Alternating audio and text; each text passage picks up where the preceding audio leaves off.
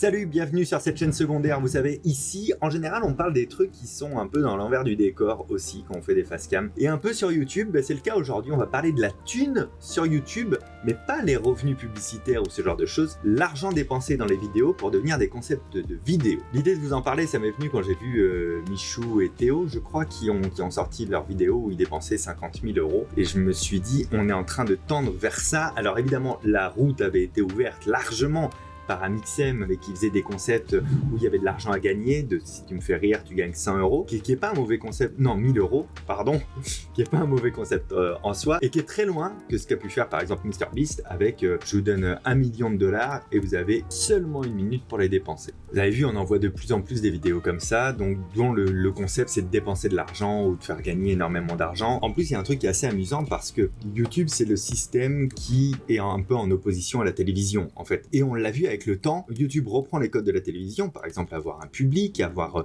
des émissions produites avec des équipes de production, avoir des décors, avoir même des formats avec des chroniqueurs, ça existe aussi, avoir des épisodes, des suivis d'émissions, suivre l'audience, si ça marche moins on déprogramme. Bref, YouTube devient malgré tout la télévision, mais de la télévision made avec un rapport entre les créateurs et le public qu'il n'y a pas évidemment sur la télévision linéaire. La dernière étape qu'il y avait, c'était le pognon, le fait de faire des jeux avec de l'argent, de mettre de l'argent en jeu, de faire gagner de l'argent, et c'est en train de tendre vers ça. Alors les 2 vidéos que j'ai faites sur le sujet, comme ça passe aussi sur mon autocritique, c'est un concours de casse-tête où il y avait 1000 € pour la personne qui viendrait le gagner, et l'autre chose que j'avais pu réaliser, c'est un truc de mentalisme où les gens me testent et si je fais une erreur, ces personnes-là gagnent 100 €. Alors déjà, j'arrête ce concept. Je ferai qu'un seul épisode de ce concept. La raison majeure, c'est que je trouvais ça vraiment très rigolo, je trouvais qu'il y avait un enjeu comme ça, surtout que l'argent qui n'avait pas été gagné par les personnes, on l'a reversé à une association, mais c'est surtout, vu comment c'est en train de flamber de l'autre côté de la toile, sur les créateurs qui ont les moyens de mettre énormément d'argent, eh bien 100 € n'a plus de valeur. C'est le premier point de cette vidéo. C'est-à-dire que plus les montants vont grossir, plus ça n'aura plus de valeur un créateur qui fait quelque chose où les enjeux sont 100 € ou 200 €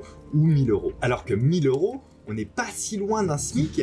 C'est quand même énormément d'argent, mais je veux dire même 100 €, quand les personnes qui me testaient perdaient, elles gagnaient 100 €, je peux vous dire que pour elles, c'est pas rien. C'est pas rien 100 balles quoi, c'est plutôt une somme rondelette et cool. Sauf que quand tu vois dans un stock de vignettes des vidéos de 50 000 €, plein de fois 1000 €, 1 million de dollars, etc., tes 100 €, ils ont l'air de rien et ils ont l'air même bassement ridicules. C'est-à-dire ça provoque l'effet inverse. Donc on est en train de dévaluer la capacité des gains sur YouTube en faisant un format habituel. La deuxième chose, et c'est aussi pour ça que je ferai plus de vidéos sur cette thématique-là, c'est que l'argent peut vite remplacer la créativité. Et ça, c'est un autre gros problème. C'est-à-dire que puisque les vidéos fonctionnent, il n'y a pas tellement besoin d'un gros concept derrière. Et on l'a vu avec cette vidéo où on prend la carte de crédit et puis on dépense, c'est tout, quoi. Il y a plus encore les vidéos d'Amixem, elles font sens, je trouve, parce que il y a un vrai concept, les gens y passent, ils doivent faire de l'humour, ça doit faire rire. Il y a quand même une vraie brique de construction et l'humour, c'est quelque chose, ça a de la valeur. Je veux dire, humoriste est un métier. Donc je trouve encore que ça fait sens. Moi j'ai peur qu'on glisse vers juste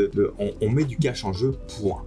En fait, c'est ça. Et c'est ça, hein, en vrai, qui est en train de doucement arriver. Donc ça remplace complètement la créativité parce que t'as plus besoin de te casser la tête, t'as juste besoin de ressources financières. Avant, avec les ressources financières, on développait les concepts. Maintenant, la ressource financière est un concept. Je sais pas si vous captez la nuance que j'essaie de mettre entre les deux. Se dire que cet argent aurait pu être dépensé pour monter un concept de malade et non pas juste pour la dépense pour de la dépense. Bien souvent, d'ailleurs, quand il y a des grosses dépenses comme ça d'argent sur un domaine qui n'en mérite pas, ça cache en fait un manque de travail. Par exemple, pour un domaine que je connais très bien, le spectacle vivant. Les spectacles vivants, parfois, coûtent très cher en coût plateau. Alors, je vous raconte ce que c'est un coût plateau. C'est le coût de fonctionnement d'un spectacle. C'est-à-dire que moi, mon coût plateau, il prend le fait qu'on se déplace avec mon équipe, le salaire de toutes les personnes de mon équipe, les chambres d'hôtel, les différents repas, les accessoires qu'il faut louer pour mon spectacle, c'est-à-dire qu'on a besoin de certaines lumières, d'un certain type de son, des fois un micro à louer, etc.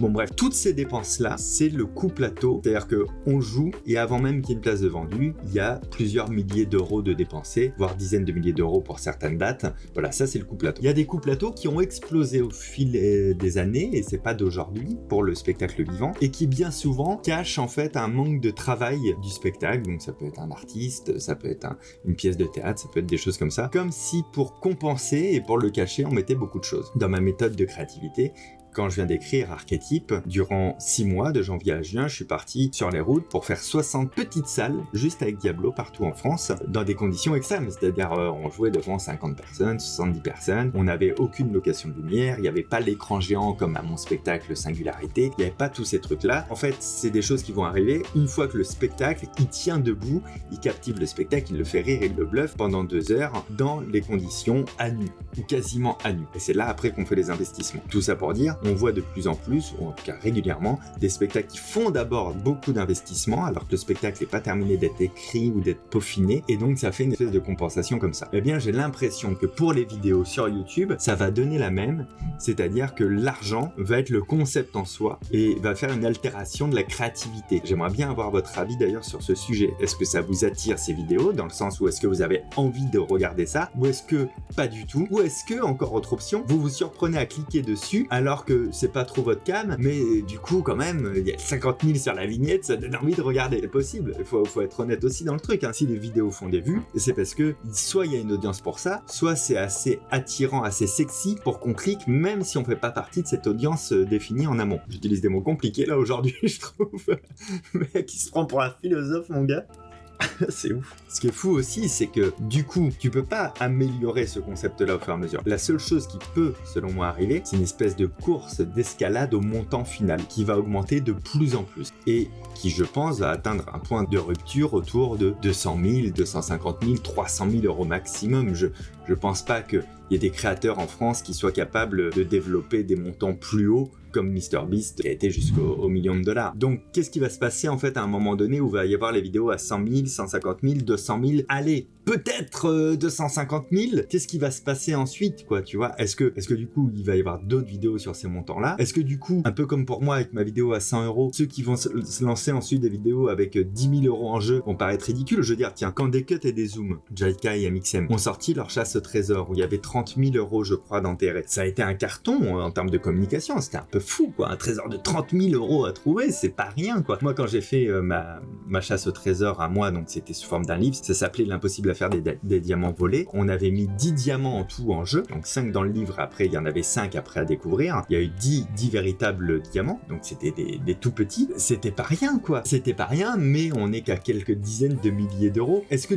le fait qu'il y ait toutes ces grosses vidéos, ça va pas rendre même les projets où il y a des gros enjeux, avec une vraie créativité derrière, de 10 000 euros, 20 000 euros, 30 000 euros, est-ce que ça va pas les rendre trop nuls, tout petits, face à ces vidéos où il y a pas forcément grand chose à faire derrière, mais par contre il y a 200, 250 000 euros en jeu? Je pose vraiment la question parce que je crois pas que personne se soit exprimé sur le sujet, peut-être que si, hein, je suis un énième à le faire, mais je me dis dézoomons tout de suite parce que ça va arriver et on regardera cette vidéo, si vous voulez, là, celle que je suis en train de tourner ensemble d'ici 2 à 3 ans, on verra quand même ce que c'est devenu. Bref, moi je trouve ça personnellement dangereux en termes de créativité, dangereux en termes d'escalade, du montant pour le montant, du fric pour le fric, dangereux parce que ça rapproche encore des systèmes de la télévision, je sais pas ce que ça peut donner. En plus de ça, ça montre aussi dans ces cas-là à quel point il y a des budgets qui traînent pour les vidéos. Moi, alors ça, c'est moi en tant que créateur, ça me rend fou.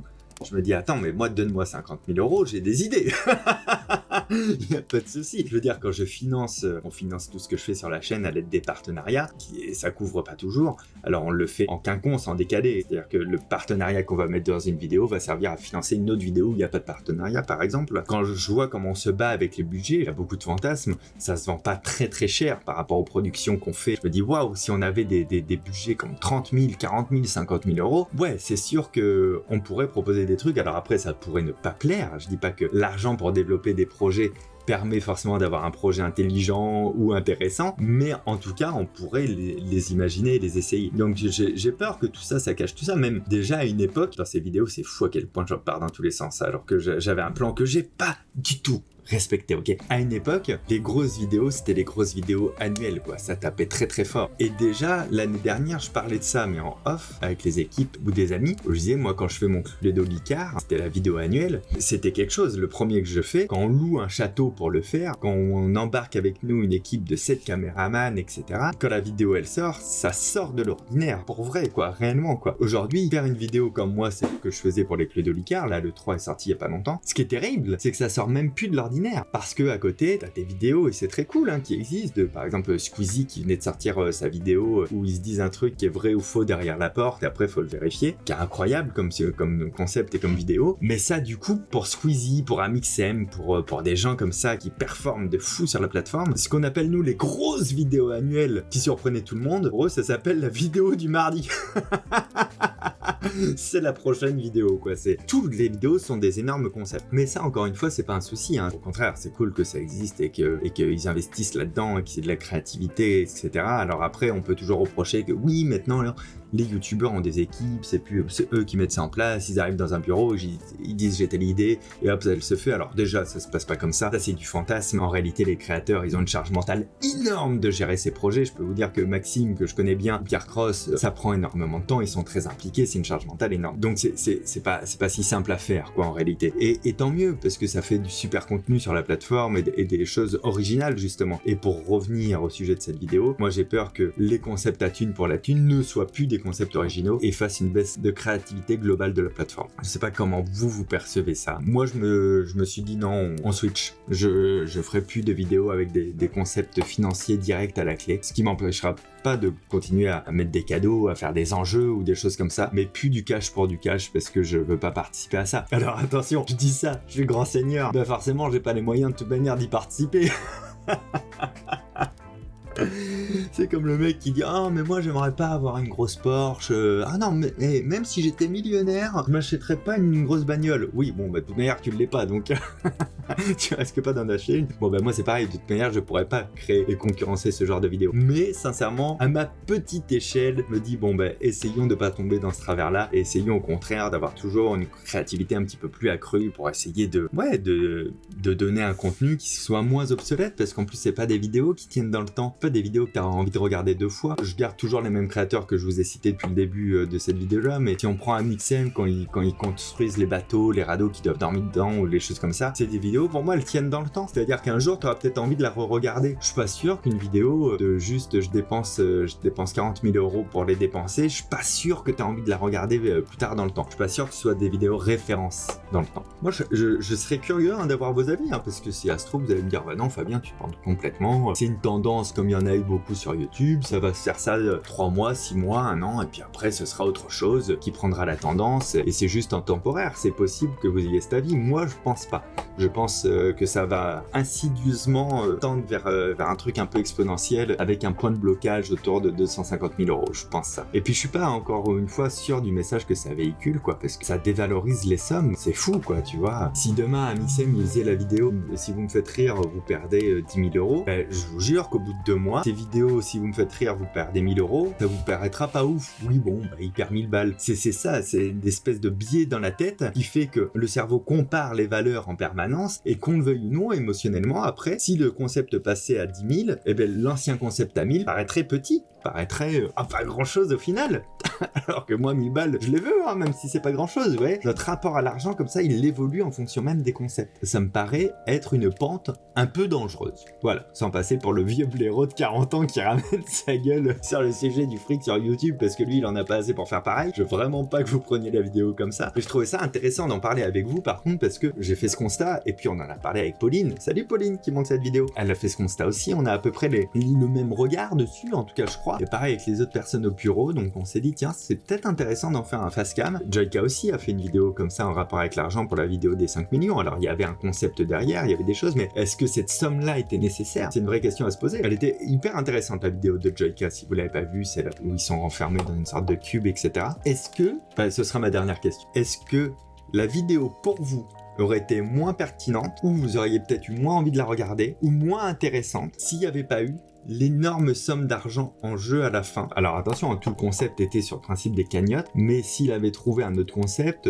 par exemple un système de points avec un cadeau pour la personne à la fin, mais le cadeau est inconnu, tu vois, et le cadeau ça pouvait être de peut-être passer une journée entière au lot avec Joyka et les autres pour participer à un projet de vidéo, tu vois, plutôt que de l'argent. Est-ce que s'il y avait pas eu ce système-là de cagnotte et d'argent dans la vidéo de Joyka, est-ce que vous l'auriez moins regardé ou moins apprécié d'après vous? Alors ça demande un petit jeu de rôle intellectuel, parce que forcément c'est pas ça qu'il y a eu, mais qu'est-ce que vous en pensez? Voilà, c'est la question que je pose là. Je crois que j'ai vachement parlé. Comme d'habitude, c'était complètement déstructuré, mais j'espère que vous avez trouvé ça intéressant. En tout cas, c'était plus pour poser la réflexion que pour trouver des solutions, et c'était plus mon avis en tant que viewer, comme ça, et un peu créateur aussi, sur cette question délicate de l'enjeu de l'argent qui est en train de s'insérer dans la créativité même des vidéos et des concepts sur YouTube. Ah bah, j'aurais dû commencer par cette phrase, elle est beaucoup plus claire au final. Hein. Un truc qui coûte rien, par contre, parlons-en, c'est de s'abonner à cette chaîne YouTube. N'hésitez pas à vous abonner, vous savez, il y a au moins 2 vidéos par mois sur cette chaîne secondaire. Soit les vlogs avec une nouvelle manière de faire, j'ai adoré les retours que vous nous avez fait sur le premier vlog de la saison 3, que Pauline a brillamment monté, il y en aura d'autres comme ça, soit des face caméra exactement comme ça, sur des sujets que j'ai envie d'aborder en fait, et que j'ai pas envie de parler sur la chaîne principale, parce qu'on est mieux ici, c'est un peu différent, il y a moins de pression ici. Mais c'est cool que vous soyez de plus en plus nombreux et de plus en plus nombreuses. Je fais aussi une petite publicité pour une autre chaîne YouTube, tiens, une fois n'est pas coutume, ça s'appelle C'est quand qu'on joue. Si vous êtes fan de jeux de société, de jeux de rôle, ou pas fan mais que ça vous intéresse de vous y mettre, etc. Moi, c'est ma grande passion. Et du coup, on a ouvert une chaîne YouTube dédiée pour ça, qui s'appelle C'est quand qu'on joue, je vous mettrai un lien dans la description. Voilà, c'est un projet qui me fait beaucoup vibrer, qui va être beaucoup plus confidentiel. J'imagine bien qu'on sera pas 100 000 sur la chaîne de jeux de société, mais ça n'empêchera pas de le faire avec sérieux, passion et engagement. Donc n'hésitez pas à nous rejoindre. Prenez soin de vous. À très bientôt. Ciao.